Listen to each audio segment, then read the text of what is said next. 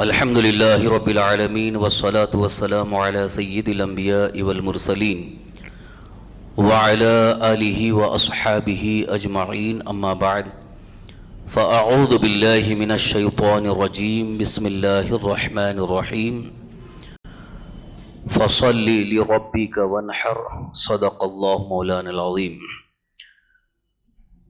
حصول برکت کے لیے آئیے آپ مل کر انتہائی ادب و احترام اور خلوص و محبت کے ساتھ اپنے آقا و مولا حضور تاجدار مدینہ سرور قلب و سینہ رحمت للعالمین سید المرسلین طٰہٰ و یاسین ارواحنا فدا جناب محمد الرسول اللہ صلی اللہ تعالی علیہ وآلہ وسلم کی بارگاہ بکس پناہ میں درود و سلام کا نذرانہ پیش کر لیں۔ پڑھیں اللہم صلی وسلم علی سیدنا مولانا محمد معدن الجود والکرم وعلی آلہ واصحابہ وبارک وسلم صلاۃ و سلام علیک رسول اللہ صلاۃ و سلام علیک حبیب اللہ۔ قرآن کریم کی سورہ بقرہ کی جو تفسیر آپ حضرات سلسلہ وار سماعت فرما رہے ہیں، چونکہ سورہ بقرہ کی وہ آیت گزشتہ ہفتہ ہم نے تلاوت کی تھی جس میں حضرت سیدنا ابراہیم علیہ السلام اور ان کے بیٹے حضرت اسماعیل علیہ السلام کے خانہ کعبہ کی تعمیر کے حوالے سے پورا واقعہ مذکور تھا۔ حضرت سیدنا ابراہیم خلیل اللہ علیہ السلام کے حالات زندگی اور ان کی زندگی کے چند واقعات کو گزشتہ درس میں ہم نے پیش کیا تھا۔ آج آپ کی ایک بڑی عظیم یادگار حضرت اسماعیل علیہ السلام کو قربان کرنے کا جذبہ لے کر مینا میں تشریف لے جانا اور اللہ کی راہ میں قربانی کا جذبہ لے کر مکمل کامیابی حاصل کرنا، اس کا ایک خصوصی تذکرہ ہے۔ ساتھ ہی ساتھ قربانی کے متعلق جو احکام ہیں، مسائل ہیں، ان کی بھی کچھ تفصیلات آج پیش کرنے کی سعادت حاصل کروں گا، اور ساتھ ہی ساتھ ایک بہت ہی اہم اعتراض جو ابھی سوشل میڈیا پر بہت زیادہ گردش کر رہا ہے، اس کا بھی حدیثوں کی روشنی میں جواب پیش کیا جائے گا۔ حضرت سیدنا ابراہیم خلیل اللہ علیہ السلام کی ایک عظیم یادگار ہے قربانی۔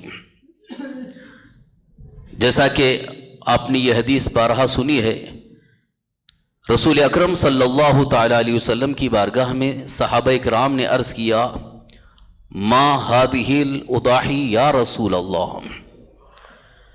ما هذه الاضاحی یا رسول اللہ، یا رسول اللہ صلی اللہ علیہ وسلم یہ قربانیاں کیا ہیں؟ تو رسول پاک صلی اللہ علیہ وسلم نے جواب میں ارشاد فرمایا، هذه سنت ابیکم ابراہیم، یہ تمہارے باپ حضرت ابراہیم علیہ السلام کی سنت ہے۔ چونکہ تذکرہ آ گیا حضرت ابراہیم علیہ السلام کا، تو حضور نے فرمایا کہ یہ قربانی حضرت ابراہیم علیہ السلام کی سنت ہے۔ تو جیسے ہی لفظ سنت آتا ہے تو عام طور پر جو اس کا مفہوم مسلمانوں میں رائج ہے، سنت اللہ کے رسول صلی اللہ تعالی وسلم کا طریقہ، حضور صلی اللہ علیہ وسلم نے جو کیا اور اس پر عمل کرتے رہے، اس کو بھی سنت کہا گیا۔ جیسے ہم نمازوں میں بھی کچھ نمازیں جن کو سنت کے طور پر ادا کرتے ہیں۔ اب سنت دو طرح سے ہے، ایک سنت مؤکدہ ہے اور ایک سنت غیر مؤکدہ ہے۔ سنت مؤکدہ کا مطلب ہے کہ جن کی تاکید آئی اور رسول پاک صلی اللہ علیہ وسلم نے ہمیشگی فرمائی، ہمیشہ وہ پڑھتے رہے، لیکن وہ فرض نہیں ہے، اکثر پڑھتے رہے، ہمیشہ پڑھتے رہے، تو اس لیے اس کو مؤکدہ کہتے ہیں۔ اور سنت غیر مؤکدہ کا مطلب کبھی کبھی حضور نے اس کو ترک فرما دیا، کبھی آپ نے چھوڑ دیا، کبھی پڑھے، تو اس کو غیر مؤکدہ کہتے ہیں۔ تو عصر کی فرض نماز سے پہلے جو 4 رکعت ہے اس کو سنت غیر مؤکدہ کہتے ہیں، اور عشاء کی فرض سے 4 رکعت جو پہلے ہے وہ سنت غیر مؤکدہ ہے۔ تو یہ سنت غیر مؤکدہ کیوں کہی جاتی ہیں؟ اس لیے کہ سرکار دو عالم صلی اللہ علیہ وسلم نے ان کو کبھی کبھی ترک فرمایا، تو اس لیے وہ غیر مؤکدہ ہو گئی۔ اور باقی جن کو مؤکدہ کہا گیا جیسے فجر کی 2 رکعت فرض سے پہلے سنت مؤکدہ ہے کہ جن کو حضور صلی اللہ علیہ وسلم نے پڑھا ہے، ہمیشہ پڑھا ہے، تو اس لیے ان کو سنت مؤکدہ کہتے ہیں۔ بات آ گئی لفظ سنت، تو سنت کی 2 قسمیں یہاں پر سامنے آ رہی، ایک ہے مؤکدہ اور ایک ہے غیر مؤکدہ۔ سوال ذہن میں یہ ابھرتا ہے کہ حضور اکرم صلی اللہ تعالی وسلم نے جب جواب میں فرمایا قربانی کے بارے میں، صحابہ نے جب پوچھا تھا کہ یہ قربانیاں کیا ہے، تو جواب میں کیا فرمایا حضور نے؟ ہادہی سنت ابیکم، یہ تمہارے والد حضرت ابراہیم کی سنت ہے۔ اب کیا یہی لفظ سنت جو یہاں پر بولا جا رہا ہے، یہاں یعنی قربانی کے حوالے سے بھی یہی مراد ہے کہ حضور صلی اللہ تعالی وسلم کی جیسے سنت ہے ویسے ہی حضرت ابراہیم علیہ السلام کی بھی سنت ہے کہ اگر کریں گے تو ثواب، نہیں کریں گے تو کوئی گناہ نہیں؟ کیا اس کا بھی یہی مفہوم ہے؟ ایک سوال یہ، آج سوشل میڈیا پر اس پر بہت بحثیں ہو رہی ہیں، کئی لوگوں کے میرے پاس فون بھی آئے، سوال بھی کیے گئے کہ کچھ حدیثیں کچھ لوگ پیش کر رہے ہیں کہ اس سے یہ ثابت ہوتا ہے کہ قربانی واجب نہیں ہے، سنت ہے، واجب نہیں ہے، سنت ہے، لہذا سنت اگر ہے تو کوئی اگر کرتا ہے تو ٹھیک ہے، نہیں تو کوئی بات نہیں۔ یا اگر ایک گھر میں کئی افراد ہیں، ایک ہی جانور لائے، ایک ہی قربان کر دیے تو سب کی طرف سے وہ قربانی ہو جائے گی۔ اس طرح کی باتیں اور اس طرح کے پیغامات سوشل میڈیا پر گردش کر رہے ہیں۔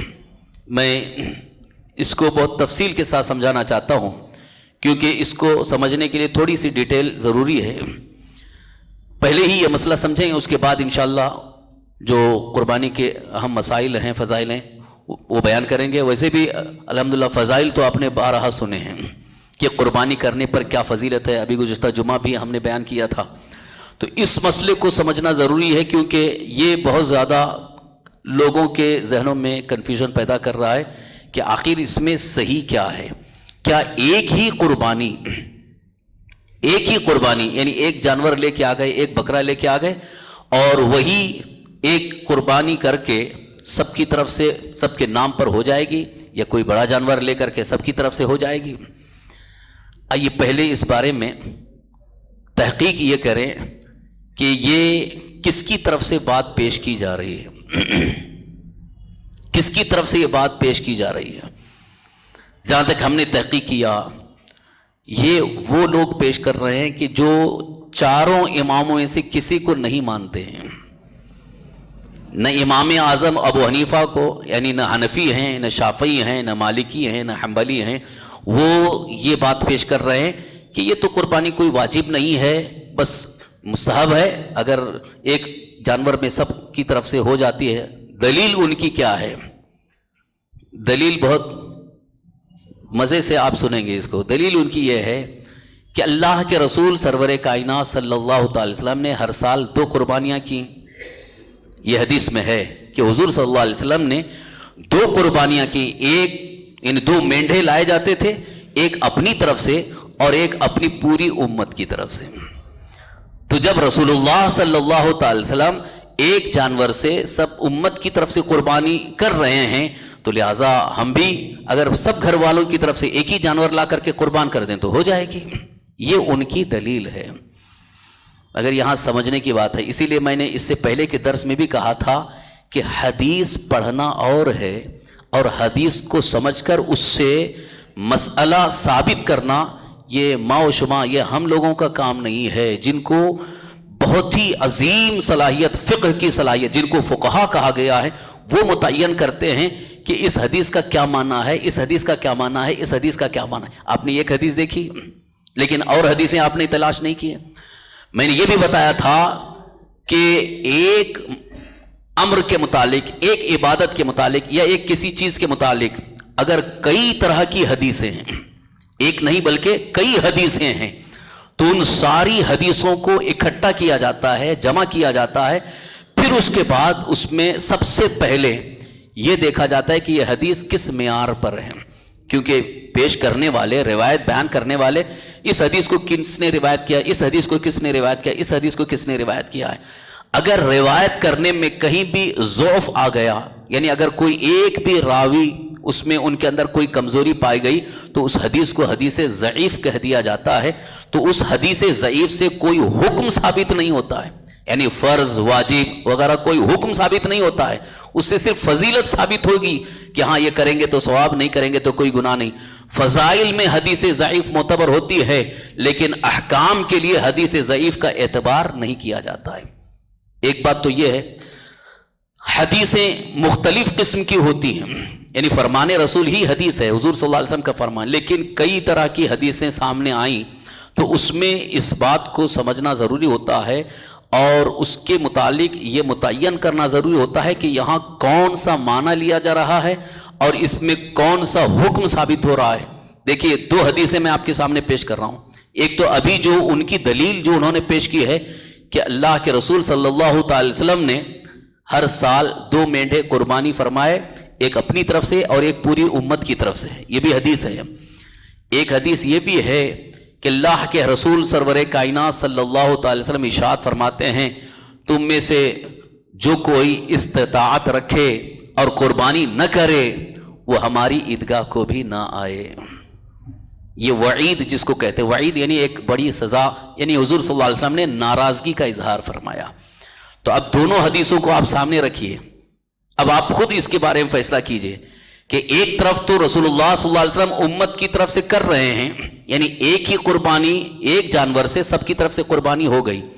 تو اگر کوئی صاحب استطاعت ہے، جیسے ایک گھر کے اندر 10 حضرات ہیں، ایک گھر میں 5 حضرات ہیں اور 5 صاحب استطاعت ہیں.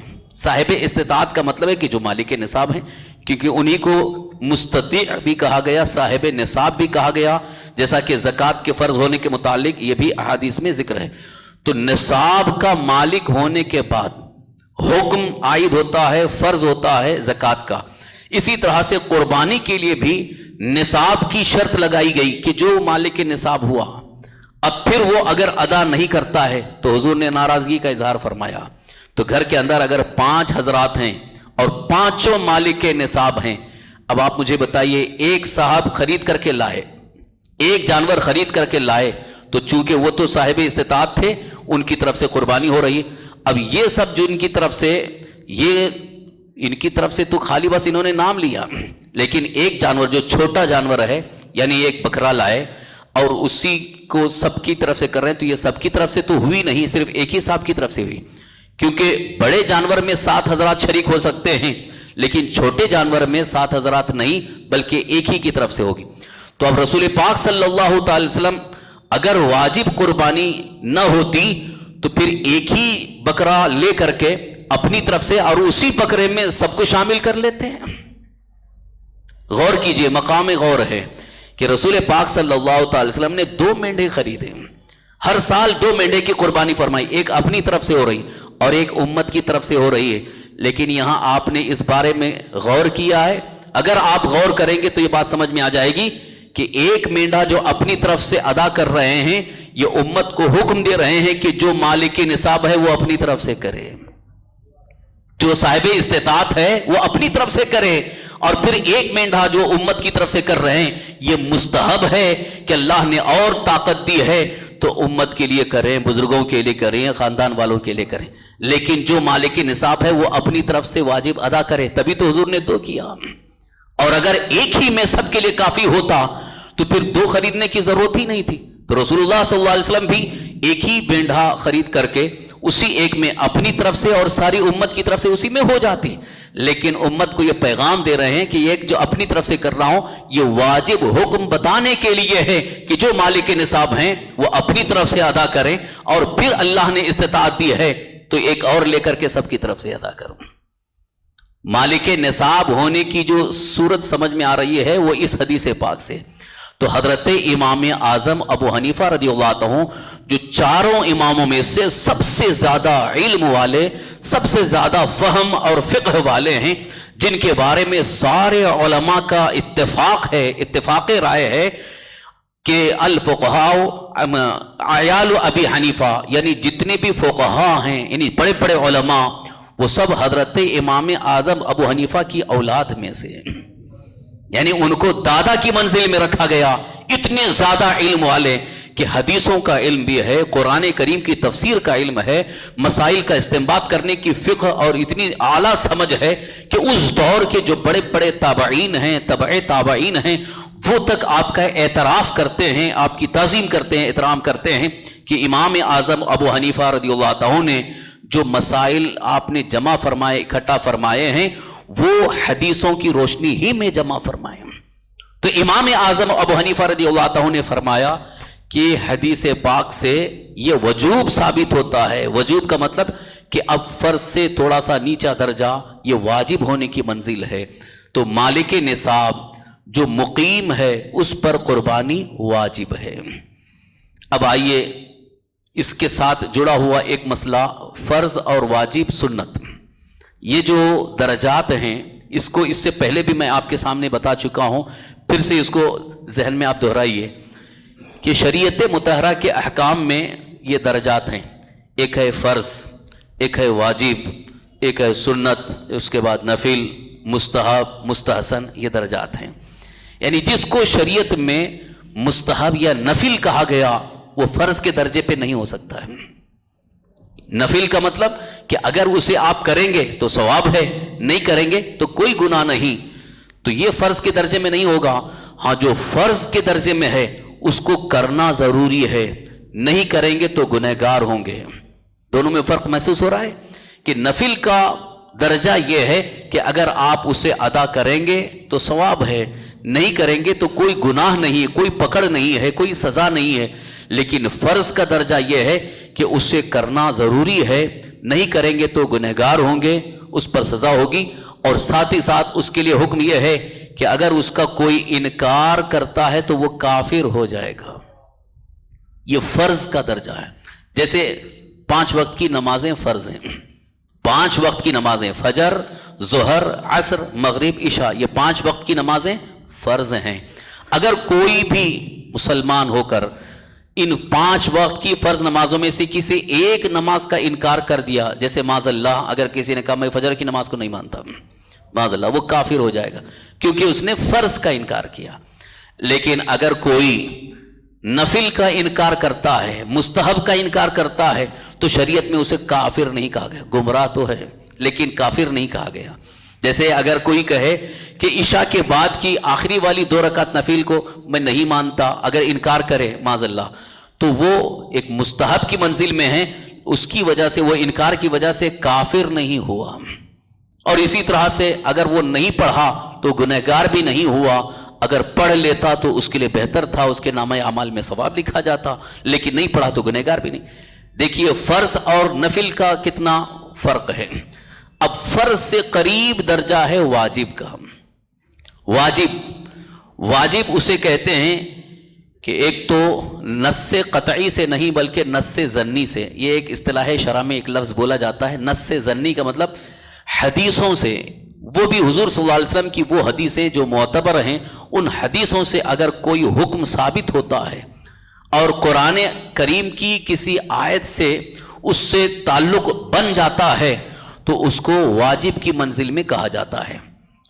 واجب یہ امام اعظم ابو حنیفہ رضی اللہ عنہ اور ان کے ہم عصر جو علماء تھے انہوں نے اس کو یہ متعین کیا کہ یہ واجب ہے اور فرض سے کم درجہ ہے۔ تو واجب کا انکار کرنے والا بھی کافر نہیں ہوتا ہے، وہ گمراہ قرار دیا جائے گا، لیکن واجب چونکہ عمل میں فرض سے قریب ہوتا ہے اس لیے اس کو بھی ادا کرنا ضروری ہے۔ جیسے عشاء کی نماز میں 3 رکعت واجب الوتر جس کو ہم پڑھتے ہیں، بالکل پابندی کے ساتھ پڑھتے ہیں، یہ وتر کیا ہے؟ واجب ہے۔ 4 رکعت فرض نماز یہ تو فرض ہوئی، اور اس کے بعد 2 رکعت سنت مؤکدہ ہے، پھر نفل ہے، پھر 3 رکعت جو وتر ہے وہ واجب ہے۔ تو کوئی یہ نہیں کہتا کہ جیسے عشاء کے بعد 2 رکعت جو سنت ہے یا نفل ہے ویسے ہی 3 رکعت واجب بھی ہے، بلکہ سارے احناف اس بات پر متفق ہیں کہ جو واجب ہے اسے تو ادا کرنا ضروری ہے۔ تو یہ درجہ ہے، یہ مرتبہ ہے فقہی احکام میں، شریعت کے اصطلاح میں، لہذا ان درجات کا لحاظ کیا گیا ہے۔ تو جو چیز فرض ہے، جو واجب ہے، اس کو واجب کی منزل میں رکھا جائے، جو فرض ہے اسے فرض کی منزل میں رکھا جائے، اور جو نفل ہے اس کو نفل کی منزل میں رکھا جائے۔ اب آئیے ان درجات کو دیکھ کر کے اب حدیث پاک کو پھر آپ سامنے رکھیں. رسول اکرم صلی اللہ تعالی وسلم نے جو دو قربانی پیش فرمائی ہیں، ایک اپنی طرف سے اور ایک پوری امت کی طرف سے، تو اس میں ایک جو ہے وہ اس کی طرف اشارہ ہے کہ ایک جو مالک نصاب ہوگا اس پر واجب ہے، اور دوسری جو پوری امت کی طرف سے آپ نے فرمائی وہ نفل ہے. نفل قربانی کہ اگر کوئی صاحب استطاعت اپنی طرف سے اور اپنے گھر والوں کی طرف سے کرنا چاہے تو اسے ثواب ملے گا اور گھر والے سب کو ثواب ملے گا، لیکن وہ واجب نہیں ہے. لیکن جو اس پر واجب ہے اسے ادا کرنا ضروری ہے، کمپلسری ہے. یہ اصل بات ہے. لیکن ان لوگوں نے یہاں مفہوم کو سمجھا نہیں اور نہ اس کو متعین کیا. بس یہ کہتے ہیں حدیث میں آیا ہے کہ سب کی طرف سے ایک قربانی ہو جاتی ہے، لیکن انہوں نے یہاں یہ بھی نہیں سمجھا کہ وہاں حدیث میں جو ہے وہ جو سب کی طرف سے ہو رہی ہے وہ نفل قربانی کے بارے میں ہے، اور جو حضور صلی اللہ علیہ وسلم نے تاکید کے ساتھ فرمایا اور نہ کرنے والوں کے پر ناراضگی کا اظہار فرمایا یہ واجب قربانی کا ہے. اب ایک اور معلوماتی بات آپ کو بتاؤں.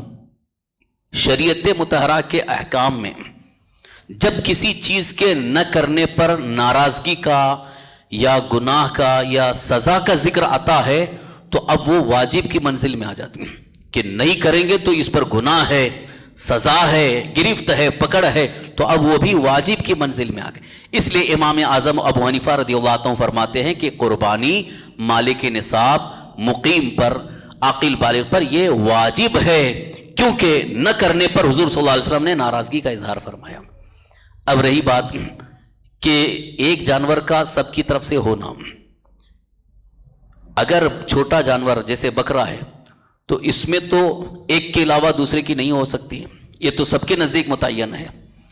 ایک کی طرف سے ایک ہی قربانی ہوگی چھوٹا جانور، اور بڑا جانور ہے تو اس میں 7 آدمی شریک ہو سکتے ہیں، یہ بھی متفق ہے. تو اب اگر آپ یہ کہیں گے کہ ایک ہی بکرا لاؤ اور سب کی طرف سے ہو جائے گی تو یہ کون سی عقل مندی کی بات ہے؟ یہاں تو شریعت مطہرہ نے متعین کر دیا کہ چھوٹا جانور اگر ہے تو اس میں ایک صاحب کی طرف سے ایک ہی قربانی ہو رہی ہے، اس میں سب کی طرف سے نہیں ہو رہی ہے. اب آئیے ان کی ایک اور دلیل جو ہے، حضرت ابو ایوب انصاری رضی اللہ عنہ کی ایک روایت حدیث پاک میں ہے. انہوں نے بیان کی کہ حضرت ابو ایوب انصاری رضی اللہ عنہ صحابی رسول ہیں. ان سے پوچھا گیا کہ حضور صلی اللہ علیہ وسلم کے زمانے میں آپ قربانیاں کیسے کرتے تھے؟ تو حضرت ابو ایوب انصاری رضی اللہ عنہ نے ارشاد فرمایا، بیان فرمایا کہ ہم کبھی کرتے تھے کبھی نہیں کرتے تھے. ایک دلیل. دوسری اور تیسری ایک اور دلیل ہے، حضرت ابو بکر صدیق رضی اللہ عنہ، حضرت عمر فاروق اعظم رضی اللہ عنہ کبھی کرتے تھے کبھی نہیں کرتے تھے. یہ بھی انہوں نے دلیل میں پیش کیا. تو دلیل دے رہے ہیں حضرت ابو بکر صدیق رضی اللہ عنہ کبھی کرتے تھے کبھی نہیں کرتے تھے، اور حضرت عمر فاروق اعظم رضی اللہ عنہ بھی کبھی کرتے تھے کبھی نہیں کرتے تھے. لیکن آپ نے اس بارے میں کبھی یہ غور نہیں کیا، تحقیق نہیں کیا کہ کیوں نہیں کرتے تھے، کس صورت میں نہیں کرتے تھے اور کس صورت میں کرتے تھے. جب واجب ہو جاتی تب کرتے تھے، اور جب واجب نہیں ہوتی نہیں کرتے. آج بھی ہمارے لیے حکم ہے، اللہ نے اگر ہمیں عطا فرمایا، ہمارے پاس مال ہے، مالک نصاب ہے، تو ہمارے پر واجب ہو گئی. اور اگر اللہ نہ کرے، اگر قربانی کے ایک دن پہلے سب مال ضائع ہو گیا، ختم ہو گیا، اپنے پاس کچھ نہیں ہے، تو اب شریعت نے کہیں آپ کو نہیں کہا کہ نہیں کرنا کمپلسری واجب ہے، آپ کے اوپر سے قربانی کا حکم ساقط ہو گیا، نہیں کریں گے تو کوئی گناہ، کیونکہ اب مالک نصاب نہیں رہ گئے. تو حضرت سیدنا ابو بکر صدیق رضی اللہ عنہ کی حیات طیبہ یا حضرت عمر فاروق اعظم رضی اللہ عنہ کی حیات طیبہ سے آپ دلیل لے رہے ہو، لیکن آپ نے یہ نہیں دیکھا کہ کس حالت میں نہیں کرتے تھے. ہو سکتا ہو وہاں پر اس وقت مالک نصاب کی حیثیت نہ رہ گئی ہو یا حالت سفر میں ہو، اس لیے آپ فرما رہے ہیں. اور پھر ان کی طرف سے ایک بیان بھی آیا کہ حضرت ابو بکر صدیق یا حضرت عمر فاروق اعظم رضی اللہ عنہ نے خود فرمایا کہ اس لیے ہم نہیں کرتے ہیں کہ لوگ واجب نہ سمجھیں. اس کو آپ نے دلیل سمجھا ہے، بلکہ وہ ان کا فرمان اس مقصد سے تھا، اور اس کی انہوں نے وضاحت بھی فرمائی ہے کہ قربانی واجب نہ ہونے کے باوجود ہم اگر نہیں کرتے تو کہیں لوگ یہ نہ سمجھ جائیں کہ ایسی حالت میں بھی قربانی واجب ہے کیا، اس لیے وہ نہیں کرتے تھے. یعنی جب مالک نصاب ہونے کی صورت نہیں تھی یا حالت سفر میں تھے تو آپ نے قربانی نہیں کی، تو قربانی نہ کرنے کی وجہ خود بیان کر رہے ہیں کہ ہم اس لیے نہیں کرتے تھے کہیں لوگوں کو یہ نہ معلوم ہو جائے کہ ایسی حالت میں شریعت نے تو واجب نہیں کیا ہے، پھر بھی ہم کریں تو کہیں لوگ یہ نہ سمجھیں کہ ایسی حالت میں بھی واجب ہو جائے. تو اس لیے لوگوں کو بتانے کے لیے کہ ایسی حالت آ گئی تو قربانی واجب نہیں ہے، اور جب صاحب استطاعت ہے تو قربانی واجب ہے. دیکھیے کتنا فرق ہو رہا ہے ان کے بیان میں، حدیثوں کا مفہوم واضح کرنے میں. اس طرح سے امت کو، قوم کو گمراہ کرنے کی کوشش کی جاتی ہے. اب اس کے ساتھ ساتھ میں وہ ان کی دلیلوں کے چند حوالے بھی پیش کرتا ہوں، اور ہمارے نزدیک جو فقہائے کرام نے بیان فرمایا ہے اس کو بھی آپ کے سامنے پیش کرتا ہوں، تاکہ یہ آپ کے ذہن میں محفوظ رہے، اور سرکار دو عالم صلی اللہ تعالی وسلم کی حدیثوں کا ہمارے علماء احناف نے کیا مفہوم لیا ہے وہ بھی آپ اچھی طرح سے ذہن میں رکھیں. حضرت شمس الائمہ امام سرخسی لکھتے ہیں مالی عبادات دو قسم کی ہیں، ایک بطریق تملیک ہے جسے صدقات، اور ایک بطریق اتلاف جیسے آزاد کرنا. قربانی میں یہ دونوں قسمیں جمع ہو جاتی ہیں. یعنی حضرت امام سرخسی یہ فرما رہے ہیں کہ جتنی بھی عبادتیں ہیں ہماری شریعت میں، مذہب اسلام میں، ان کی دو حیثیت ہیں. جو کچھ تو عبادات بدنی ہیں اور کچھ عبادات مالی ہیں. بدنی کا مطلب صرف اس کا بدن سے تعلق ہے، مال سے کوئی تعلق نہیں. جیسے نماز ہے وہ عبادت بدنی ہے، آپ وضو کیے آئیے نماز پڑھیے، یا مال خرچ کرنے کی ضرورت نہیں ہے، تو یہ اس کو عبادت بدنی کہا گیا، بدن سے تعلق رکھ. اور زکوٰۃ عبادت مالی ہے. عبادت مالی کا مطلب اس میں صرف مال ہی خرچ کرنا ہے. مالک نصاب ہو گئے اتنا، یعنی 2.5% نکالنا ہے، تو وہ مالی عبادت ہے. تو آپ فرماتے ہیں کہ شریعت مطہرہ کے نزدیک جتنی عبادات ہیں اگر ان کی حیثیت کو آپ دیکھیں گے تو یا تو عبادت مالی ہے یا تو عبادت بدنی ہے. لیکن حج اور قربانی یہ عبادت مالی بھی ہے اور عبادت بدنی بھی ہے. حج کے اندر مال بھی خرچ ہو رہا ہے اور بدن اور جسم کی محنت اور مشقت بھی لگ رہی ہے، اس لیے وہ حج. اور قربانی کے حوالے سے آپ فرماتے ہیں کہ قربانی کا خون بہا کر اللہ کی بارگاہ سے قریب ہونے کی یہ عظیم عبادت ہمیں حاصل ہوتی ہے. قربانی کا جو اصل مقصد ہے، فرماتے ہیں یہ اس میں اتلاف بھی ہے، یعنی روپیہ بھی خرچ ہوتا ہے اور اس کا گوشت کو صدقہ بھی کیا جاتا ہے، یہ تملیک بھی ہے.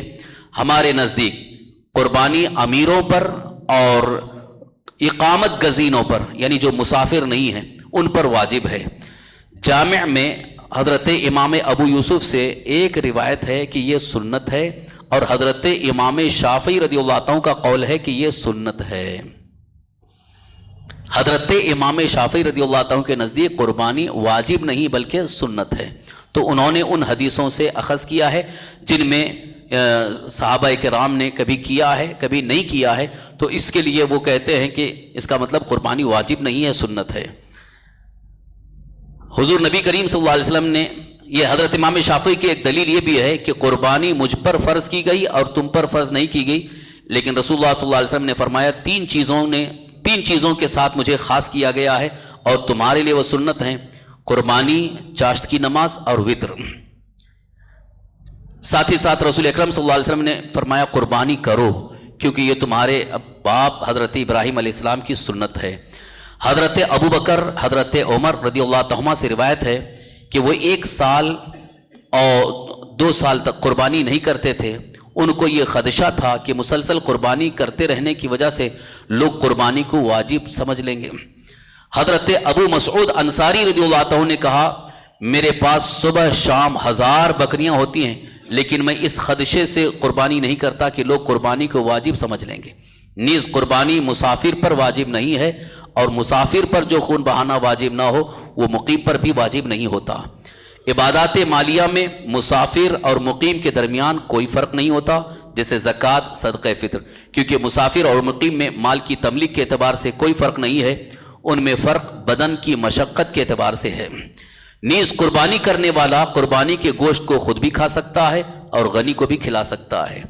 اگر قربانی کے متعلق ان کی جو دلیلیں ہیں یہ دیکھی جائیں تو اس سے تو یہ ثابت ہو رہا ہے کہ قربانی واجب نہیں ہے.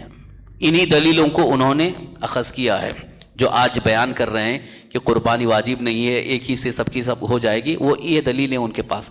اب آگے قربانی کے واجب ہونے کے متعلق آپ دلیلیں سنیے۔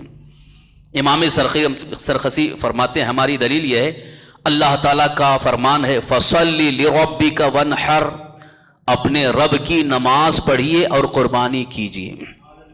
شریعت مطہرہ کے اصول میں ایک اصول ہے، ایک ضابطہ ہے، ایک قاعدہ ہے، ایک قانون ہے کہ قرآن میں کہیں اگر امر کا صیغہ آتا ہے، امر کا لفظ آتا ہے، امر مطلب یعنی جس میں کسی چیز کا حکم دیا گیا ہو، تو اس سے وجوب ثابت ہوتا ہے، اس سے وہ امر، وہ عبادت واجب ہو جاتی ہے۔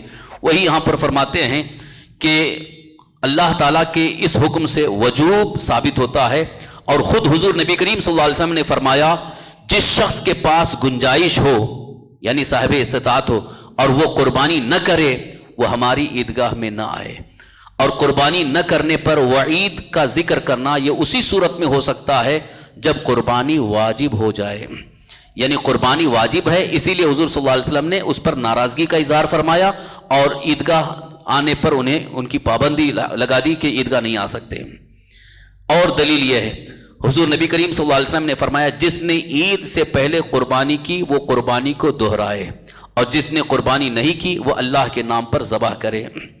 ایک حدیث پاک یہاں پر وہ ہے، موجود ہے، جن کو دیکھنا وہ دیکھ سکتے ہیں، صحیح مسلم شریف کی حدیث ہے کہ ابو بردہ بن نیار رضی اللہ عنہ حضور صلی اللہ علیہ وسلم کے سامنے تھے، اور حضور صلی اللہ علیہ وسلم نماز ادا کر کے نکلے تو دیکھے بکری ذبح کی ہوئی ہے، تو حضور نے فرمایا کس نے ذبح کیا ہے؟ تو حضرت ابو بردہ بن نیار نے کہا کہ نماز سے پہلے ہم نے ذبح کر دیا، نماز سے پہلے ہم نے ذبح کر دیا، کیونکہ گھر والوں کو اور پاس پڑوس والوں کو گوشت کی زیادہ ضرورت تھی، ہم نے ذبح کر دیا۔ حضور نے فرمایا وہ قربانی نہیں ہوئی، پھر دوسری قربانی کرو۔ یہ حدیث ہے، ابھی چاہے تو آپ کے سامنے پیش کرتا ہوں۔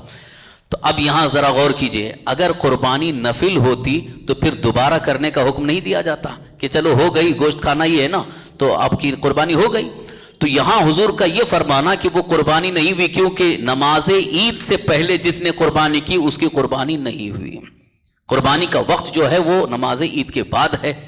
پھر انہوں نے عرض کیا یا رسول اللہ صلی اللہ تعالی علیہ وسلم، میرے پاس بکری کا ایک بچہ ہے، 6 مہینے کا ہے، اور موٹا تندرست و توانا ہے، 2 بکریوں کے برابر گوشت ہو جاتا ہے۔ تو حضور نے فرمایا ٹھیک ہے، وہ کر دو اس کی قربانی، یعنی اس کو ذبح کرو، لیکن یہ صرف تمہارے لیے خاص ہے، تمہارے علاوہ کسی کے لیے نہیں۔ حضور صلی اللہ علیہ وسلم نے ان کے لیے خاص حکم دیا، کیونکہ قربانی کے لیے چھوٹا جانور کم سے کم 1 سال کا ہونا چاہیے، اور وہاں وہ 6 مہینے کا تھا، بچہ تھا۔ حضور نے فرمایا کہ ٹھیک ہے، میں تمہیں اختیار دیتا ہوں، یہ تمہارے ساتھ خاص ہے یہ حکم، اور تمہارے علاوہ کسی کے لیے نہیں ہے۔ تو اس سے بھی امام اعظم ابو حنیفہ رضی اللہ عنہ فرماتے ہیں کہ اگر قربانی نفل ہوتی تو پھر حضور دوبارہ کرنے کا حکم ہی نہیں دیتے، فرماتے کہ ٹھیک ہے، ہو گئی اور اس میں کوئی حرج نہیں ہے، سب کے لیے ثواب مل گیا۔ لیکن قربانی واجب ہے اور اس کے لیے وقت بھی مقرر ہے، تو یہ وقت کا مقرر ہونا یہ اس بات کی دلیل ہے کہ فرض یا واجب جو ہے وہ کسی وقت کے ساتھ مقرر ہو جاتے ہیں۔ تو قربانی کا وقت بھی مقرر ہے کہ 10 ذی الحجہ کو عید کی نماز کے بعد سے لے کر 12 ذی الحجہ تک، غروب آفتاب سے پہلے تک یہ قربانی جیسی عظیم عبادت ہو جانی چاہیے۔ رسول اکرم صلی اللہ علیہ وسلم کی ایک حدیث پاک ہے، حضور صلی اللہ علیہ وسلم نے فرمایا ضحوا، قربانی کرو، یہاں بھی امر کا صیغہ ہے، اس سے بھی وجوب ثابت ہوتا ہے۔ اور پھر حضور صلی اللہ علیہ وسلم نے جو فرمایا ہے کہ یہ تمہارے باپ ابراہیم علیہ السلام کی سنت ہے، یہاں سنت بمانا وہ سنت نہیں ہے بلکہ یہاں سنت بمانا طریقہ ہے۔ محدثین فرماتے ہیں کہ کہیں کہیں پر لفظ سنت جو ہے صرف طریقہ، کہ حضرت ابراہیم علیہ السلام نے ایک اللہ کی بارگاہ میں پیش کیا تھا، انہی کی ادا کو ادا کیا جا رہا ہے، ایک طریقہ ہے، لیکن اب امت مصطفیٰ پر جو مالک نصاب ہیں ان پر واجب ہے۔ لہٰذا یہاں کوئی سنت کا وہ مفہوم نہ سمجھے کہ جیسے دیگر سنت ہے اس کو کریں گے تو ثواب، نہیں کریں گے تو کوئی گناہ نہیں۔ ان لوگوں نے یہی سمجھا، اس لیے آج تک وہ یہی کہتے جا رہے ہیں۔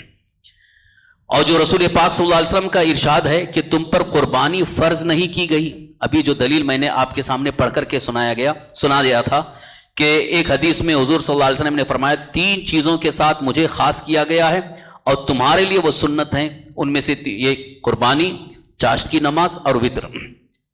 تو اس سے بھی انہوں نے یہی کہا کہ قربانی سنت ہے، لیکن اس کا جواب سنیے. حضور اکرم صلی اللہ علیہ وسلم کا جو فرمان ہے کہ تم پر قربانی فرض نہیں کی گئی، اس میں مخالفین کی دلیل نہیں ہے، کیونکہ ہم قربانی کو فرض نہیں کہتے، واجب کہتے ہیں. کہ حضور صلی اللہ علیہ وسلم نے یہ نہیں فرمایا کہ واجب نہیں، بلکہ حضور نے فرمایا فرض نہیں ہے، فرض نہیں ہے. جیسے میں نے ابھی درجہ آپ کو بتایا تھا، ایک درجہ فرض کا ہے، اس کے بعد واجب کا ہے، اس کے بعد مستحب، نفل، سنت وغیرہ کا ہے. تو حضور نے کیا فرمایا کہ فرض نہیں ہے، لہذا قربانی فرض کے درجے میں نہیں ہے بلکہ واجب کے درجے میں. مکتوب کو فرض کہتے ہیں، جس کا انکار کفر ہے. رسول اکرم صلی اللہ تعالی وسلم کی یہ خصوصیت تھی کہ آپ پر قربانی فرض تھی، اور حضرت ابو بکر صدیق، حضرت عمر فاروق اعظم رضی اللہ عنہ نے جو 1 سال یا 2 سال تک جو قربانی نہیں کی، جس کو یہ دلیل میں پیش کرتے ہیں، اس کا جواب یہ ہے اس کی وجہ ان کا افلاس تھا. یعنی اس وقت مالک نصاب ہونے کی حالت میں نہیں تھے، وہ ایسے زاہد تھے، زہد ان کے اندر تھا کہ ادھر مال آتا تو راہ مولا میں خرچ کر دیتے تھے. یہاں تک کہ حضرت ابو بکر صدیق رضی اللہ عنہ کے لیے بیت المال میں وظیفہ مقرر تھا، کہ آپ کے لیے، آپ کے گھر والوں کے لیے وظیفہ مقرر تھا کہ تاکہ آپ خلافت کی ذمہ داریاں سنبھال رہے ہیں، لیکن وہ وظیفہ بھی پورا نہیں لیتے تھے. اگر لیتے بھی تھے تو اپنے صرف چند اخراجات خرچ کر کے باقی سب اللہ کی راہ میں خرچ کر دیتے تھے. تو آپ بتائیے کہ جو اس قدر راہ خدا میں خرچ کرنے کا جذبہ رکھتے ہیں، ان کے پاس مال جمع کہاں سے ہو پائے گا کہ وہ مالک نصاب ہو جائیں. اس لیے وہ فرماتے ہیں کہ 1 سال 2 سال کبھی نہیں کرتے تھے، کیونکہ اس وقت مالک نصاب ہونے کی حیثیت ہی نہیں ہوتی تھی، سب کچھ اللہ کی راہ میں لٹا دیتے تھے. لیکن انہوں نے کیا سمجھا ہے کہ نہیں کرتے تھے، اس کا مطلب واجب نہیں ہے. تو وہ چونکہ ان کی حالت جو ہے اس وقت مالک نصاب ہونے کی حالت نہیں تھی، اس لیے نہیں کرتے. یا تو حالت سفر میں تھے، انہوں نے قربانی اس لیے نہیں کی کہ لوگوں کو یہ غلط فہمی نہ ہو کہ مالک نصاب نہ ہونے کے باوجود یا سفر میں بھی قربانی واجب ہو جاتی ہے، لہٰذا لوگوں کو یہ گمان نہ ہو، اس لیے آپ نے قربانی نہیں کی. حضرت ابو مسعود انصاری رضی اللہ عنہ کا جو قول ہے کہ میرے پاس صبح شام 1000 بکریاں ہوتی ہیں، لیکن میں صرف اس ڈر سے قربانی نہیں کرتا ہوں کہ لوگ قربانی کو واجب نہ مان لیں، واجب نہ سمجھ لیں. یہ بھی حضرت ابو مسعود انصاری صحابی ہیں، ان کے اس قول کو بھی انہوں نے دلیل میں پیش کیا ہے کہ وہ خود کہہ رہے ہیں کہ میں اس لیے نہیں کرتا ہوں تاکہ لوگ واجب نہ سمجھیں. اس کا جواب یہ، تعویل یہ ہے کہ یہ آپ جو ہے فرما رہے ہیں کہ میرے پاس 1000 بکریاں ہوتی ہیں، لیکن ان کو میں راہ مولا میں کبھی خرچ کر دیتا ہوں. خرچ کر دیتے تھے یعنی بچا کے نہیں رکھتے تھے، کبھی بہت زیادہ تعداد میں آ گئے خرچ کر دیے. تو کبھی اکثر ایسا ہی ہوا کہ قربانی کا وقت آنے سے پہلے پہلے آپ کے پاس کچھ بھی نہیں رہ جاتا، یعنی راہ مولا میں آپ خرچ کر دیتے، لوگوں کو دے دیتے تھے، تم قربانی کرو، تم قربانی کرو، تم قربانی کرو، اور لوگوں کو بانٹ دیتے تھے. یہ ان کا جذبہ ایثار تھا. آج بھی اہل ثروت کو یہی کرنا چاہیے کہ جیسے اللہ نے ہم کو طاقت دی، ہم ایک لے کے آئے، ہم پر واجب ہے، لہٰذا جو واجب نہیں ہے تو کم سے کم جو دوسروں پر واجب ہے ان کی طرف سے قربانی ہو جائے، اس طرح سے خرید کر کے دوسروں کو دے دیں کہ آپ اپنی طرف سے کر لیں. یا اگر ان پر واجب نہیں ہے لیکن گھر والے محتاج ہیں، ضرورت مند ہیں، تو ایک خرید کر کے ان کو دے دیں کہ آپ لوگ اپنی طرف سے کر لیں، تاکہ ان کے دل کو تسلی بھی ہو جائے اور انہیں قربانی کا گوشت کھانے کا موقع بھی مل جائے. اس ادا کو باقی رکھنے کے لیے حضرت ابو مسعود انصاری رضی اللہ عنہ یہ ساری بکریاں بانٹ دیتے تھے، راہ مولا میں خرچ کرتے تھے. لیکن انہوں نے اس کو یہ دلیل بنا دیا کہ قربانی واجب نہیں، اس لیے نہیں کرتے تھے، بلکہ وہ اس حالت میں ہو جاتے تھے کہ واجب نہیں ہے. تو یہاں بھی یہی جواب موجود ہے. لہذا حضرت ابو مسعود انصاری رضی اللہ عنہ کا یہ کہنا جو ہے ان کے لیے دلیل نہیں ہے. اب یہاں سے ایک آخری بات، اس کو ضرور سنیے. یہ ایک ایسی عبادت ہے جس کی طرف ان ایام کی نسبت کی جاتی ہے، مثلا کہا جاتا ہے یوم الاضحیٰ، یعنی یہ قربانی کا دن ہے. جس طرح جمعہ کی طرف اضافت کی وجہ سے جمعہ کی نماز جو ہے وہ فرض ہے جمعہ کے دن کی وجہ سے، تو جمعہ کی طرف نسبت کرتے ہوئے، اسی طرح سے یہ ان کو 10 یوم الاضحیٰ، یوم الاضحیٰ کا مطلب قربانی کا دن ہے. تو اس دن قربانی ہی مخصوص ہے، قربانی ہی جیسی عظیم عبادت ہے، اس لیے ان ایام میں اللہ کے حبیب سرور کائنات صلی اللہ علیہ وسلم نے ارشاد فرمایا کہ اس دن خاص طور پر اللہ کے نزدیک قربانی سے زیادہ بہتر عمل کوئی پسند ہی نہیں ہے. یعنی اس دن کا جو بھی عمل ہوگا، جو بھی عبادت ہوگی، قربانی سب سے عظیم عبادت ہے یوم الاضحیٰ کو. اسی لیے سرکار دو عالم صلی اللہ علیہ وسلم نے یہ بھی ارشاد فرمایا کہ 10 ذی الحجہ کو ہی قربانی کرنے کی کوشش کرو، تاکہ افضل وہی دن ہے کیونکہ وہ یوم الاضحیٰ ہے. ویسے تو 3 دن کی رخصت دی گئی ہے، 10، 11، 12، لیکن 10ویں کو کرنا زیادہ افضل کیوں ہے؟ وہ قربانی ہی کا دن ہے، اور اس دن خاص طور پر اللہ تعالیٰ کی بارگاہ میں قربانی ہی عمل بہت زیادہ اللہ کی بارگاہ میں مقبول ہے. تو اس سے قربانی کے وجوب یعنی واجب ہونے کی بھی دلیل سامنے آ رہی ہے، اور ساتھ ہی ساتھ اس کے متعلق جو دوسری باتیں پیش کی گئی ہیں کہ نفل ہے، مستحب ہے، ان کا بھی رد ہو جا رہا ہے. اب قربانی کے وقت کے متعلق بھی کچھ اعتراضات ہیں کہ 3 دن ہے یا 4 دن ہے. انشاءاللہ کل اس کی بھی کچھ تفصیل آپ کے سامنے پیش کر دیں گے. آج کے اپنے اس درس میں یہی ایک اعتراض کا جواب مکمل ہو جا رہا ہے. مسائل قربانی رہ گئے. انشاءاللہ کل موقع میسر آئے گا تو قربانی کے چند اہم مسائل بھی بیان کیے جائیں گے کہ قربانی کا جانور کیسا ہونا چاہیے، اس کے اندر کون سا عیب نہیں ہونا چاہیے. اس کی بھی تفصیلات حدیث پاک کی روشنی میں موجود ہیں، کیونکہ جب حضور صلی اللہ علیہ وسلم کا یہ فرمان ہے کہ تم اچھا موٹا تندرست توانا جانور اللہ کی راہ میں قربان کرو، تو پھر عیب دار یعنی جس کے اندر عیب ہو اس کو قربان کرنے سے ثواب نہیں ہے، بلکہ قربانی ہی نہیں ہوگی. گوشت کھانا ہوا، لہٰذا اللہ کی بارگاہ میں اللہ کی راہ میں پیش کرنا ہے تو اچھے سے اچھا پیش کرو.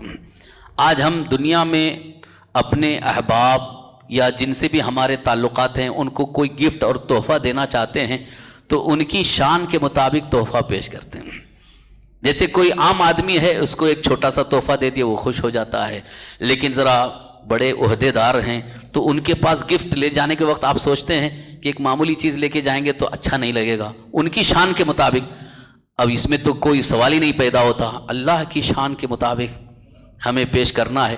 تو اللہ نے جو ہمیں طاقت عطا فرمائی ہے اس اعتبار سے اچھے سے اچھی چیز پیش کرنا ہے. تو شان خداوندی، بارگاہ خداوندی میں ہم اگر پیش کر رہے ہیں تو کم سے کم اتنی اس کے اندر بہتر صورت ہو کہ دیکھنے میں بھی وہ اچھا لگے، جانور دیکھنے میں بھی اچھا لگے، اور اس کے اندر کوئی عیب نہ ہو، تاکہ اللہ تعالی ہماری اس اخلاص خلوص نیت کو بھی قبول فرمائے اور اس کا بدلہ بھی بہتر عطا فرمائے. کیونکہ یہ کس کے لیے؟ لوگوں کو دکھاوے کے لیے نہیں، اللہ کے لیے کیا جا رہا ہے. قرآن پاک میں یہ بھی اللہ تعالیٰ نے ارشاد فرمایا لَن يَنَالَ اللَّهَ لُحُومُهَا وَلَا دِمَاؤُهَا وَلَكِن يَنَالُهُ التَّقْوَى. یعنی اس قربانی کے جانور کے خون، اس کا گوشت نہیں پہنچتا ہے اللہ کی بارگاہ میں، وہ تمہاری نیت پہنچتی ہے. نیت پہنچائی جا رہی ادھر قربان کر کے اللہ کی بارگاہ میں. اے اللہ، ہم نے صرف تیری رضا کے لیے، تیرے حکم پر ہم نے یہ قربانی کی ہے، اب اس کا بہتر صلہ اور بدلہ تو ہی عطا فرما. رسول پاک صلی اللہ علیہ وسلم ارشاد فرماتے ہیں کہ اس جانور کے جسم پر، اس کے بدن پر جتنے بال ہیں اتنی نیکیاں تمہیں عطا کی جائیں گی، اتنا ثواب تمہیں عطا کیا جائے گا نامہ اعمال میں. لہٰذا اس سے قربانی کی فضیلت اور قربانی کی اہمیت بھی واضح اور ظاہر ہو رہی ہے. لہٰذا جو بھی حضرات مالک نصاب ہیں، صاحب استطاعت ہیں، یہ بارہا بتا چکا ہوں کہ جن کے پاس 52.5 تولہ چاندی یا اتنی رقم موجود ہو، شریعت کی نظر میں وہ مالک نصاب ہیں، انہی کو غنی کہا جاتا ہے. غنی، دیکھیے 2 لفظ آئے ہیں، ایک غنی اور ایک فقیر. غنی کا مطلب مالک نصاب، اور فقیر کا مطلب جو مالک نصاب نہیں ہے وہ فقیر ہے.